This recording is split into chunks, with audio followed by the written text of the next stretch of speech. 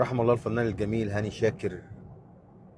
الناس تتعلم الفنانين الأجيال اللي طالعة تتعلم من هاني شاكر.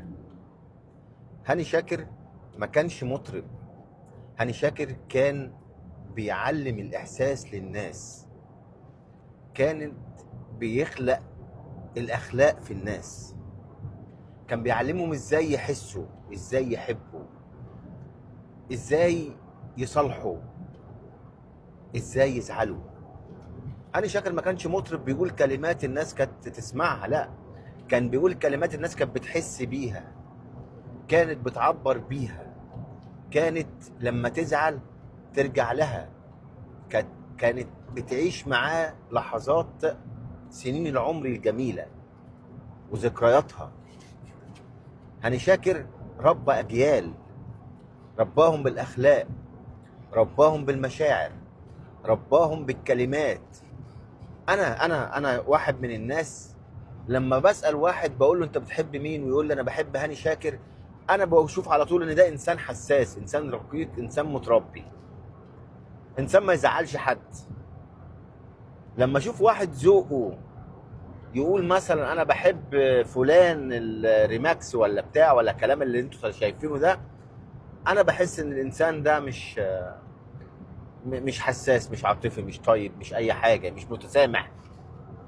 لكن اللي كان بيحب هاني شاكر واللي بيحب هاني شاكر بحس ان هو شخصيته، هو ده شخصي. شفت هاني شاكر كان ازاي حبيب قلبي وطيب وبتاع ورومانسي، هو ربى شخصيات زيه.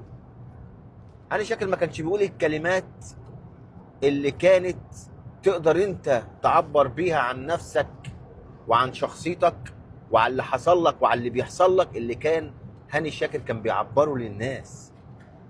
هاني شاكر ربى اجيال، ربى ذكريات، بقى معاك في كل ذكرى، في كل وقت تحس ان هو من اهل بيتك، هو ذكرياتك، هو حياتك. كنت بتستنى ان هو يطلع اغاني جديده، كنت بتستنى ان هو يعبر لك عن مشاعرك، انك تصالح، انك تزعل، انك تتخانق. ده هاني شاكر، لان هو مش بس كلمات اغاني، لا، ده هو ربى اجيال، وتربيه الاجيال دي اتعلمت الحس والمشاعر والحنان، وعرفت ازاي انها تحب، وعرفت ازاي انها تزعل، وعرفت ازاي انها تتصالح، وعرفت ازاي انها تصالح.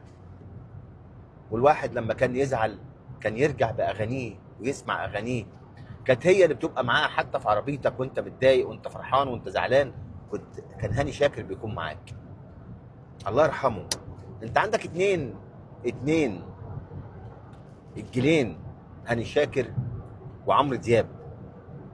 الفرق بين هاني شاكر وعمرو دياب، هاني شاكر كان بيوصل لأبسط الناس بمشاعره وبإحساسه. عمرو دياب تحس ان هو بيخاطب طبقة معينة، بيتشكل لطبقة معينة، ودايما بيغير نفسه لطبقات معينة وبتسمعه. وما بقولش على عمرو دياب حاجة، عمرو دياب ذكريات برضه، ذكريات عمر، لكن ما علمش حد زي هاني شاكر. ما علموش الاخلاق، ما علموش الاحساس، ما علموش البساطه، ما علموش الحب، ما علموش يفضل في حياته. عمرو دياب تفتكر له ذكريات اغانيه، لكن ما علمكش حاجه زي هاني شاكر في احاسيسه اللي هو عملها. الله يرحمك هاني شاكر.